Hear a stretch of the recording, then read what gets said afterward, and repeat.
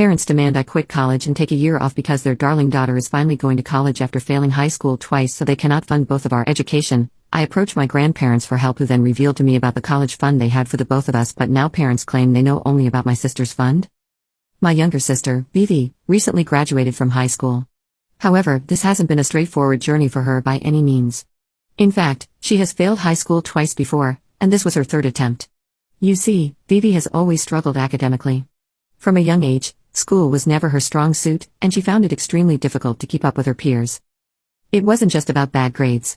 She also had a hard time staying focused and motivated, which really affected her performance. At first, she would make up excuses saying she was dyslexic. However, after multiple tests, it was ruled out. After that, when she didn't have that as an excuse anymore, she started to act out and get into trouble. There were countless times when she was caught smoking weed with older students at her high school.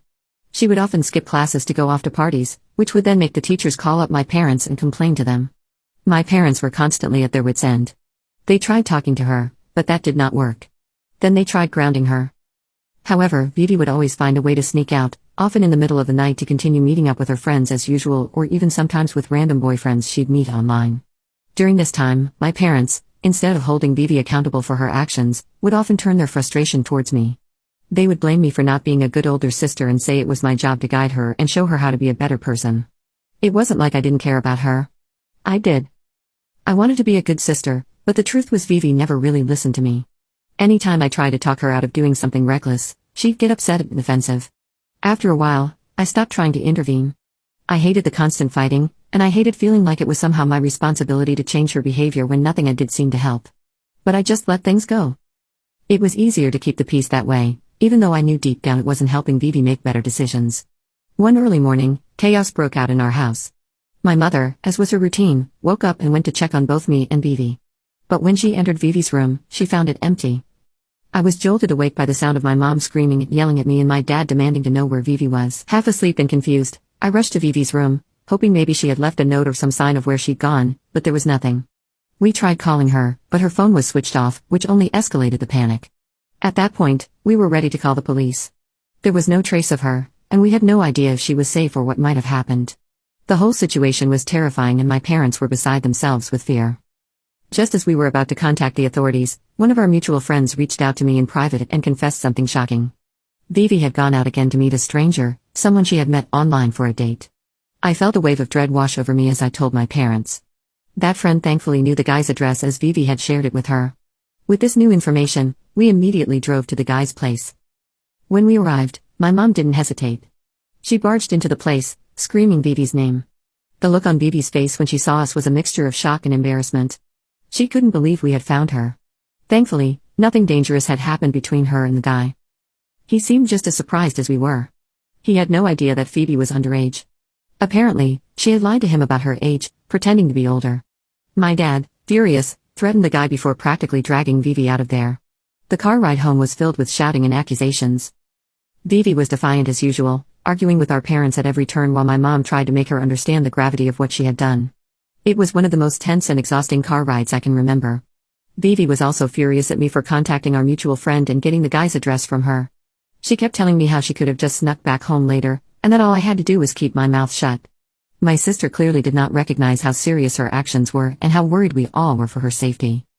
When we finally got home, my mom grounded Vivi, and I thought maybe Vivi would change for the better, but that's not what happened. Instead, after this close call, my parents became almost overly protective of their youngest child. They were so terrified by the thought of losing her that they started giving in to her demands just to keep her safe and sound at home. Vivi also realized just how much leverage she had.